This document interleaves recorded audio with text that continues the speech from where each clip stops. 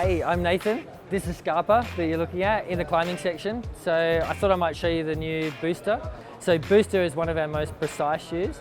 It's a reworking of our Booster S, which was a reworking of our original Booster. So you could probably call this the third incarnation of this shoe. It's on a new last. So if you're looking at the base here, there's a slight increase in the diameter in the side here. So a little less bulging on the inside of the foot just to bring the sole out a little. And it's slightly more narrower in the heel and a little bit more sculptured in the heel shape on the outside. You can also see that the upper's changed a little bit, not just in color, but in some of the materials. So this material here is this ceramic microfiber. So that allows us to make the microfiber a little bit thinner. Similar tricks that we did to the Furia Air to get a better fit, but the ceramic gives it really good abrasion resistance. So that allows us to make it thinner, but we don't lose any durability of the material just on the outside here. You can also see that there's a color change, but we've added the Alcantara to the bottom toe patch here. So the last Booster, the stitch pattern looked like a dividing line down the middle here, and then these two fins down either side, and these were leather.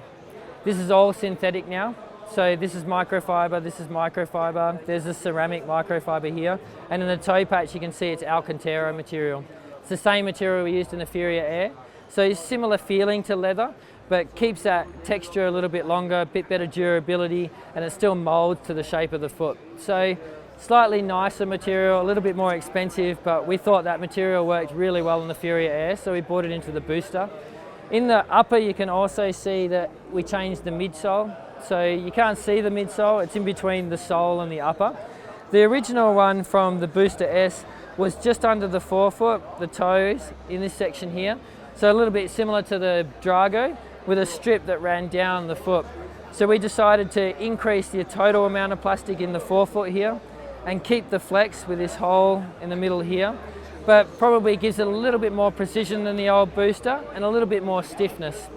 So the next thing you'll probably see is this grey tension system. So originally this was tri-tension, and that had these wings that came up the side that keep the tension on the forefoot, pushing it forward on either side. But you'll see this one resembles a little bit more the DTS tension on the Furia Air.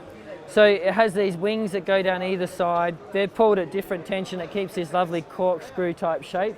You can see we've relieved the tension a little bit under the forefoot here with these dots. They kind of go from big to small. And that gives this really nice flex and feeling to the center, but still keeps good tension on the outside arms and also in the forefoot. So that looks a little bit like that. And it goes into the forefoot like that. And then these little wings wrap up the side. And then you can see it wraps down the side, but it doesn't actually join in the back here.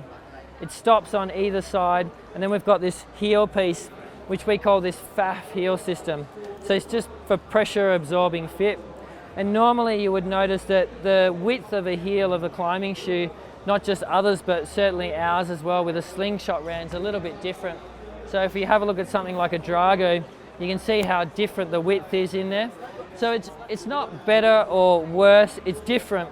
And this type of heel construction gives a bigger pressure point for the pressure on the back of the heel and pushes the foot forward into the toe box in a bigger area. So it's a different fitting heel, wider at the top but slimmer at the bottom, but more importantly it gives much better pressure to the tip of the toe. So you'll see a lot of shoes we use that FAF heel system to get a really good point on the end of the toe. So it's a little counterintuitive. You think it's got a lot to do with the heel, it's actually got more to do with the front of the shoe than it has the back. But that's a little bit of a difference from the other climbing shoes we have. And you'll also see this soft rubber strip on the inside here. So that's actually an inlay that lies on the inside, and that's soft M50 rubber. This is XS Grip2 on the outside here. It's very thin, so 2mm, really good sensitivity. And this rubber here is a lot softer, so it's just a stripe. It's still flush on either side, but this softer rubber is inlaid in there, and by keying it in, we're not relying on like the glue, but actually the strength of the material. So it gives quite good durability under high pressure. So other than a small change in the last, a few tension system, some new ceramic microfiber, Alcantara at the toe, and a bit different heel, it's more or less the same shoe. So I think this one's scheduled to come out in March next year. So it's a spring 2020 product, and it's for Europe, it's aiming at 160 euros. if I had to describe it, it's precise, like it's really precise. So it's people that want to utilize really small footholds, but maybe on steeper territory where you're not needing so much stiffness, but still some flex. It's certainly a lot softer than the Boost Stick, basically. So I think it's a really good compromise shoe, and I find myself using it a lot for sport climbing, even indoor lead climbing, but maybe not so much bouldering orientated, basically. We have quite a few female athletes that use it indoor lead climbing, so it's a little bit stiffer than the Drago, but certainly not as stiff as something like a Margo. So I think it lies in that in-between territory where it could be used indoors, but probably primarily outdoor sport climbing, I think, is the biggest use you see. Like even small changes feel really different, so it'll definitely feel different. The volume in total is more or less the same, but it's a little bit more sculptured in here. And the flare, the way this flares out, it does definitely fit slightly differently. And I would say it's more comfortable and less aggressive, but the pressure is just spread over a bigger area. So it's a different type of fit, but not necessarily a different volume.